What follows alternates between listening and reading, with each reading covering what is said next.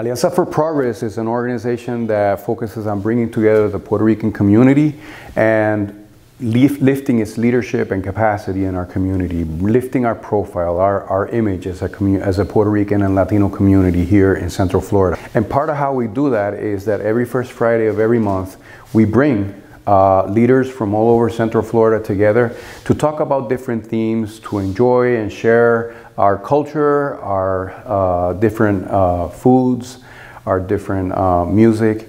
And we do that as Puerto Ricans, we do that as Venezuelans, Colombians, as African Americans, and white people who are from Florida, people who are just arriving from Florida, leaders of all sorts. I want to thank WNHA-TV for being here with us tonight, and enjoy the rest of the show. It'll be a caption of all the things that we did tonight and a typical First Friday event. Every First Friday of every month, you're welcome to join us. We have different topics, different themes, but always sharing, always coming together, always interesting conversation, and always a celebration of our culture. Thank you.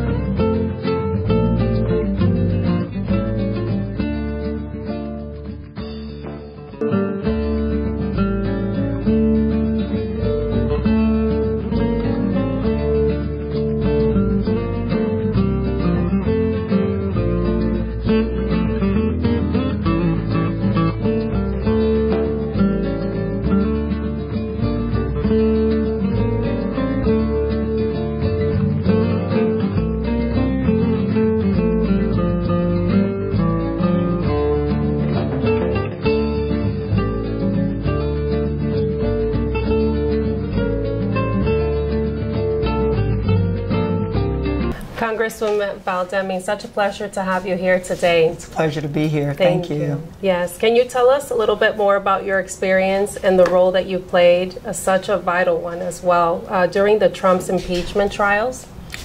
Well, thank you for that question. And first of all, let me say Happy International Women's Day. Thank you. This is an exciting time, I think, for women and women's history.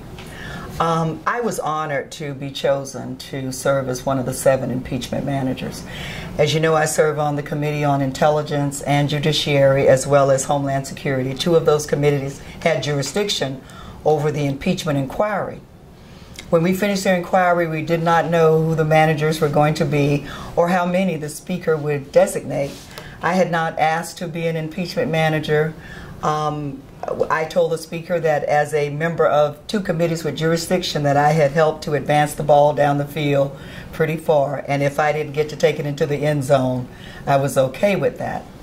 But she told me that she wanted me to be a manager. And you know, I've taken 4 oaths now, and I've taken each oath very seriously. And I see my job as a member of Congress is to protect the Constitution and protect our democracy. I work in D.C. the majority of the week, but there is not a day that goes by that I don't think about the people here at home that I represent. And my job is to make life better for every man, woman, boy, and girl in every family in this community. And we're only able to enjoy the American dream because of the form of government that we have, which is a government of the people, by the people, and for the people. And so to be one of the impeachment managers, to serve as basically a prosecutor against a president who had blatantly abused his authority and then tried to obstruct any investigation of that abuse, to basically prosecute him and make every attempt possible to hold him accountable, was an honor. Now, we could not control what the senators decided to do, our goal was to present the best case we could to the American people and the people around the world who were paying attention. And I believe that we were able to do that. And so, again, I'll say I was honored to serve and represent home, to represent my community as one of the impeachment managers. And I will continue to take my oath very seriously and protect our democracy in this country. Okay. And what are your thoughts on the balance on the powers within Congress? You know, the framers of the Constitution, while they had their issues too, there are no perfect people. The form of government that they created was brilliant. They had made it quite clear that they did not want a king and they did not want a monarch. They wanted a government of the people. And so when they created the 3 equal branches of government, they created that system so that one branch would check the power of the other branch. I think it was a brilliant system, right? But they worried a lot about having a corrupt or unprincipled and undisciplined executive, i.e. the president.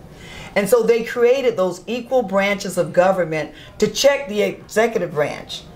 One branch checks the other. But I do think that what the framers of the Constitution never really envisioned was that we'd have an undisciplined person in the White House, and then Congress would also not live up to its responsibility.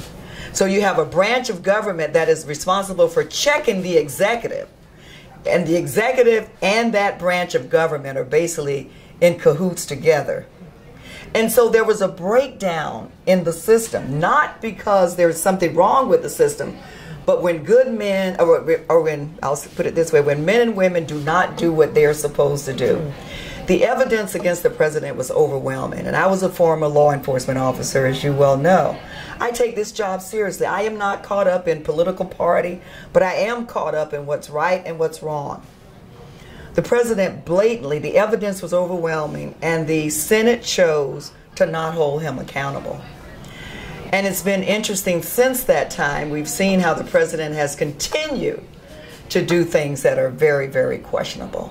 But in terms of our systems, the judicial branch, the legislative branch, and the executive branch, one branch having the authority to check the other, there's nothing wrong with that system, but we have to make sure that we continue to elect men and women who deserve to be a part of that system. Agree.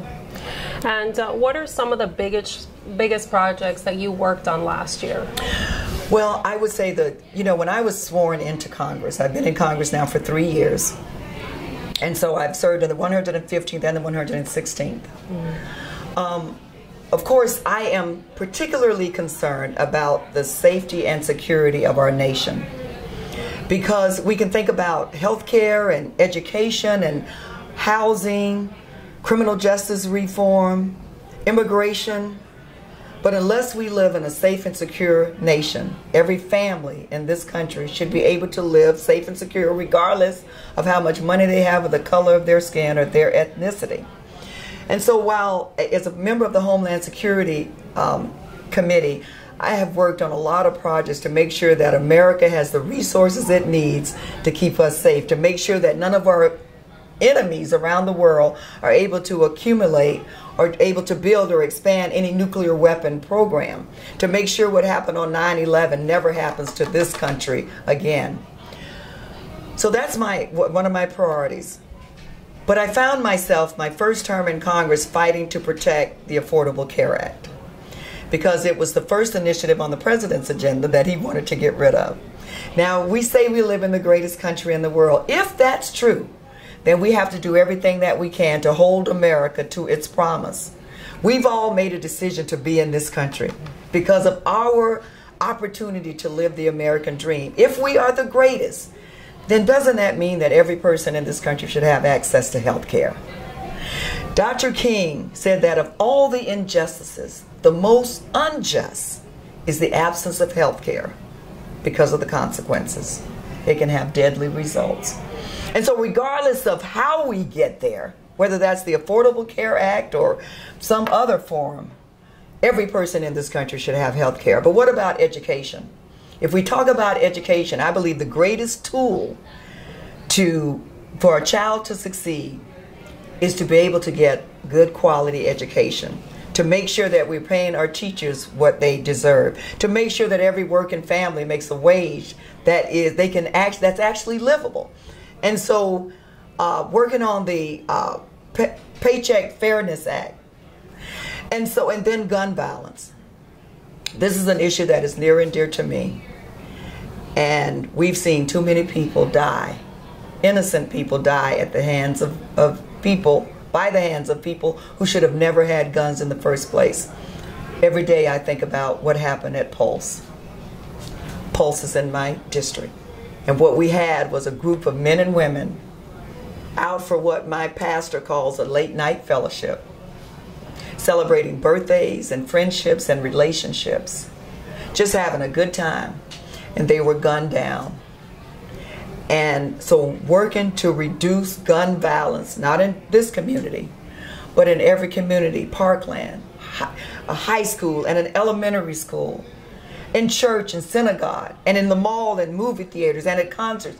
Nobody should have to go through that, no family. And so we passed several pieces of legislation, 3 pieces of legislation that we believe will help reduce gun violence in our communities. So that's just, I could go on and on, but those are some of the things that we're working on. And let me just say this last thing about that. America is supposed to be a beacon of hope that welcomes families from around the world. Mm-hmm. That's what I think sets us apart from a lot of other places. We cannot do that by building a wall.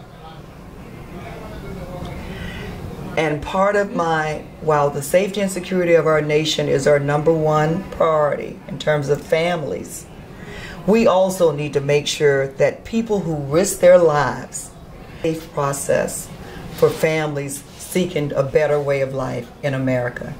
And we can't do that by building a wall. So 3 of the years that I have been there, and I will continue to fight the president's efforts to build a wall. Maybe he should build a bridge, or maybe he should focus on housing and education and not try to raid the SNAP program and creating better jobs and better wages. I think that's what America is about. And creating an immigration system that works, not one that rejects with no good reason. So those are a few of my priorities. Those are wonderful. And are you satisfied with the way women are treated in their government roles, or do you think that there is still work to be done in achieving gender equality? As we celebrate Women's History Month, it has to be more than just a celebration. You know, it kind of goes back to the saying, don't tell me how much you love me, show me. Right? And we know, and it's shocking to sit here as a member of Congress and say this, but we know that there are still women who get paid less for doing the same job as a man, like 85% to every dollar that a man makes. We are still fighting to get the Equal Rights Amendment for women passed in every state.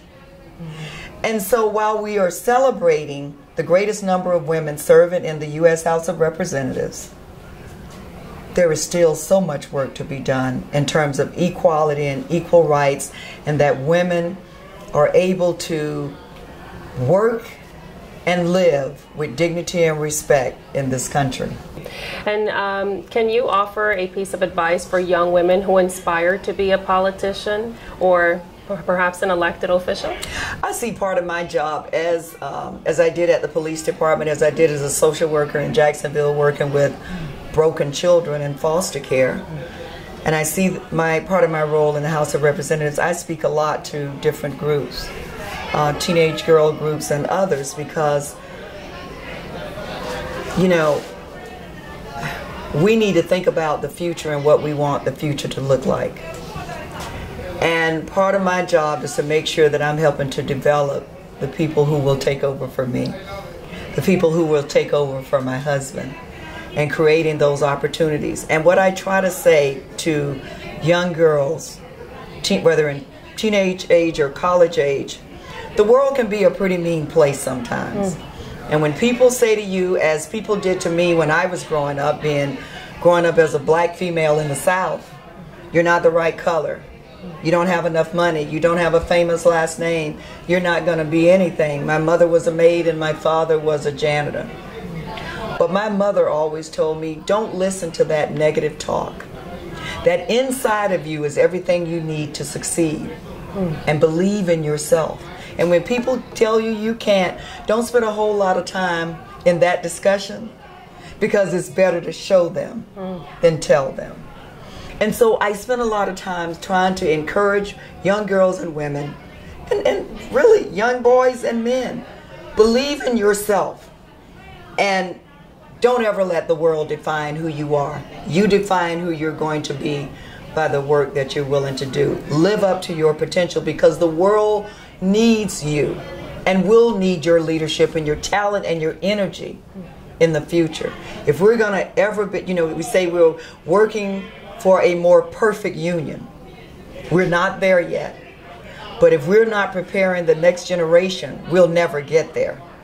And so we've got to make sure that we continue to hire and give chances to a diverse pool of women and men. And then make sure that they have the resources and the energy, and we commit the time to helping them succeed.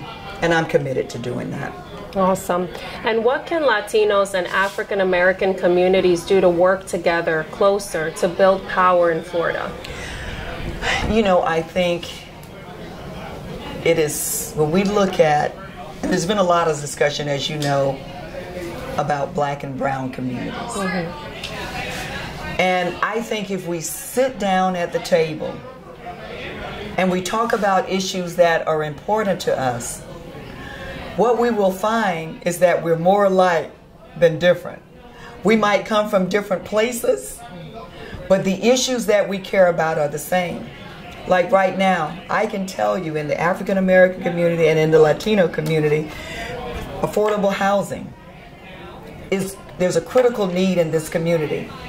I've already said it, making a decent wage, being paid what you're worth, being paid a wage that you can take care of yourself and your family. Social Security and Medicare. When you retire, I know every member of black and brown communities here want to be able to retire with dignity and respect.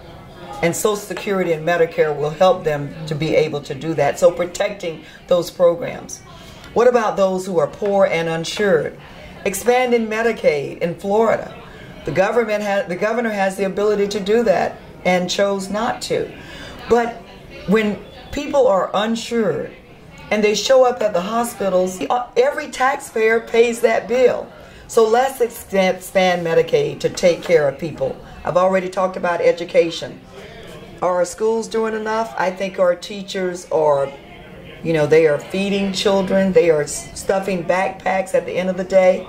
But I also think there's more work that be done in terms of really meeting the needs of black and brown communities. We should not treat everybody the same, because every person doesn't start in the same place. But I think in public schools should be equipped to meet children where they are, with the end goal that every child should be able to have a fair chance to make it in this community. So I think, number one, know your power. And when we unite, we're unstoppable. Yes. We have a very critical election just ahead of us. And regardless of politics, when you think about what those issues are that are important to you on your agenda, you need to ask yourself, which candidate, whether the Republican or the Democrat, which candidate is in favor of the issues that I care about? And I think if we start building our coalitions and working together, we'll be unstoppable in this community. Okay. And what should Alianza really focus on this year in regards to the community issues? I can't help it. I know this is, I would say in terms of community issues, I think affordable housing is number one. I think it's the number one concern. Florida is at the top of the list and having the lowest affordable housing rating. But then as a member of Congress, I had an opportunity to visit Puerto Rico after Hurricane Maria and talk to people about the challenges that are being faced there. And then also being aware of the damage that was done recently by the earthquakes. And Congress, through the House of Representatives, have passed a $4.7 billion disaster release package that is sitting in the Senate. And you know what the Senate Majority Leader and the administration are saying is that they are concerned about whether the aid will be properly used. But when I hear about people still sleeping outside, people's houses being damaged and not being repaired, 8,000 and 2,500 being repaired, people not receiving proper nutrition, people who are a part of this country, we still have a lot of work to do. And I think while we're talking about conditions on the island of Puerto Rico, we're talking about Americans. And I think we need to work together every day to make sure that they get a humane response from our local, state, and especially our federal government. Absolutely. And what do you think about Stonewall Jackson Middle School being renamed to Robert Clemente? I am excited to hear that. And you know, we moved some statutes around, right, around this country. And I think, look, I think we should celebrate the people who deserve to be celebrated. And there are some people in our histories that we've named buildings after and erected monuments in honor of that need to be torn down. And I think seeing that name change is just a welcome change in this community. It's a good first step. But then let's make sure that we continue to show the community that we are in tune with their needs. Because if you just change the name on a building, but don't take care of the issues that keep people up every night, that they worry about every day, it's just the name change. So that's a good start, and I'm honored and excited about it. But what's next? Yes, yes. Well, thank you so much, Congresswoman Demings, for joining us today. And you guys stay tuned for more. Thank you. Mayor Demings, thank you so much for your time. We wanted to ask you a couple of questions today and see how is it, you know, talking about the Women's Day and celebrating the woman today. What would you say that Latino and African American communities can do to work together and build a power here in Florida? Well, I think it requires us to work in partnership. Through Orange County, we have various advisory groups. I would encourage really anyone from the Latin community to work and volunteer within our advisory groups. But then I think that along political lines, there are opportunities to work together and run for political office. Regardless of one's political party affiliation, there's always room for collaboration to work together across the spectrum. And then I think even from the business perspective, there's an opportunity there to work in collaboration and to support one another through the various chambers of commerce and the various events there. What I do recognize in this community is that I do see that happening quite a bit. When the chambers have the various galas, they all support one another. And I think when we do that, we're able to come together as a community. That's awesome. And what should Alianza really focus on this year in regards to the community issues? Housing is a significant issue, or housing affordability is a significant issue for our community because the price point of the current rental units in Orange County have really surpassed what the average worker can afford to pay for. So that creates a number of houses who cannot afford the rent. We have in our community more than a third of the households are chronically rent stressed, meaning that they pay more than 30% of the total household income for rent payments, which leaves a little by the time they pay their taxes, for health care needs, education needs, or other services. You know, they haven't bought any food or any of that, and so we're at that critical crossroads. So that is something that I am endeavoring to make certain that we address in a timely manner. Okay. And what do you think about Stonewall Jackson Middle School being renamed under Robert Clemente? Well, I grew up here. I was born and raised here in Orlando, and I went to school. When I first went to public school here in Orange County, this was a segregated school system. And so I do remember when our schools were separate and unequal. Wow. And Stonewall Jackson Middle School and Robert E. Lee, at the time I was that age, they were called junior high schools. And they, from the athletic programs to the academic programs, they were better funded than schools in my community.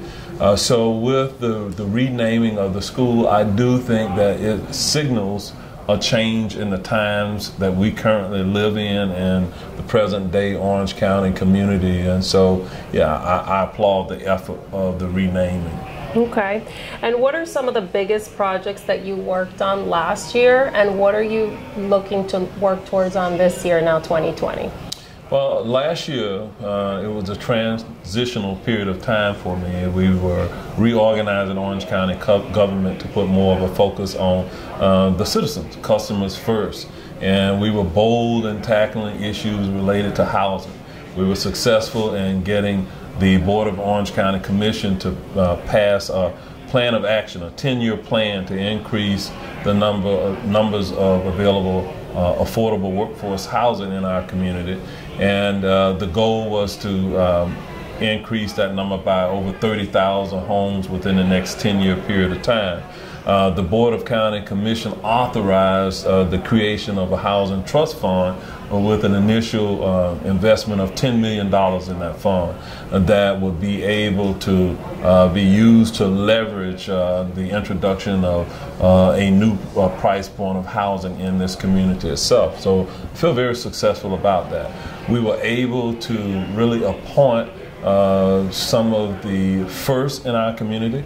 We had the very first female head of health services, Dr. Yolanda Martinez, who also just happens to be Puerto Rican. I appointed the first Hispanic chief of corrections in Orange County, and that is Chief Quinones, who has been a law enforcement or corrections officer for 30 years or so. And so it was an honor to be in a position as a county mayor to make appointments for these first in our community.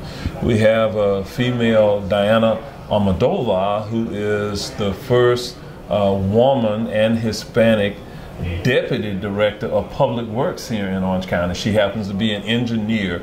And so for me, it is important that we have inclusion and representation throughout the county in very high profile positions.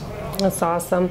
And what are some of the, what advice, again, for the young adults would you give that are inspiring, again, you know, to get into the political career or potentially become an elected official? If you really want to see change, then be the change. And the best way that you can do that is to become part of the political process. Whether you run for political office or not, you should be engaged in the process of selecting and working with those who do run for office. I believe that you have a better probability to ensure that people will, in elected positions, will make the kind of decisions that will be most impactful for your particular culture, your particular race or gender, if you have people who are diverse, who represent those particular demographics in our community. Thank you, Mayor Demings, for your time. We appreciate you. All right. Thank you very much. Stay tuned.